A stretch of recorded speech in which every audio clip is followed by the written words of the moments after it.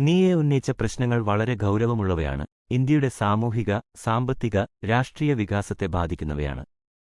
British ഭരണത്തിന്റെ ദൂരവ്യാപകമായ സ്വാധീനം. വനഭൂമി പ്രശ്നം. ബ്രിട്ടീഷ് കാലത്തെ വ്യാപകമായ വനനശീകരണം ഇന്ത്യയുടെ ആവാസവ്യവസ്ഥയെയും ജൈവവൈവിധ്യത്തെയും ഗുരുതരമായി ബാധിച്ചു. വനവാസികളുടെ ജീവിതം ദുരിതത്തിലായി. ഭരണപരമായ പിഴവുകൾ. കേന്ദ്രീകൃത ഭരണവ്യവസ്ഥയും തദ്ദേശീയ സ്വയംഭരണത്തിന്റെ അഭാവവും ഇന്ത്യയിലെ ഭരണകൂടത്തെയും ജനങ്ങളെയും അകറ്റിനിർത്തി.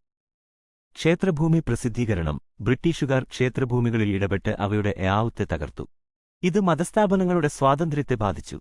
സ്ത്രീകളുടെ അവസ്ഥ. ബ്രിട്ടീഷ് കാലത്ത് സ്ത്രീകൾ സാമൂഹികമായി അടിച്ചമർത്തപ്പെട്ടു. വിദ്യാഭ്യാസം, തൊഴിൽ എന്നിവയിൽ അവർക്ക് പരിമിതമായ അവസരങ്ങളായിരുന്നു. ദാരിദ്ര്യം. ബ്രിട്ടീഷ് സാമ്പത്തിക നയങ്ങൾ ഇന്ത്യയെ ദരിദ്രമാക്കി. വ്യാവസായികവൽക്കരണം തടയപ്പെട്ടു. കൈത്തൊഴിലുകൾ നശിപ്പിക്കപ്പെട്ടു. ഇന്ന് നാം എന്തു ചെയ്യണം? ചരിത്രപഠനം. ബ്രിട്ടീഷ് ഭരണത്തിന്റെ ദൂഷ്യഫലങ്ങൾ ആഴത്തിൽ പഠിക്കുക.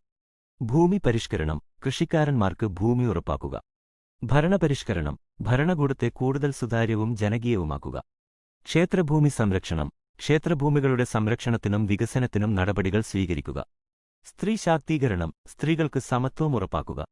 ദാരിദ്ര്യ നിർമ്മാണം. ദാരിദ്ര്യം നിർമ്മാണത്തിനായി സർവ്വതോമുഖമായ പദ്ധതികൾ നടപ്പാക്കുക. ഉപസംഹാരം. ഇന്ത്യയുടെ വികസനത്തിൽ ബ്രിട്ടീഷ് ഭരണത്തിന്റെ പങ്ക് നിഷേധിക്കാനാവില്ല. എന്നാൽ നാം നമ്മുടെ ചരിത്രത്തെ മനസ്സിലാക്കുകയും അതിൽ നിന്ന് പാഠങ്ങൾ പഠിക്കുകയും ചെയ്യണം. ഇന്ത്യയുടെ ഭാവി നമ്മുടെ കൈയിലാണ്.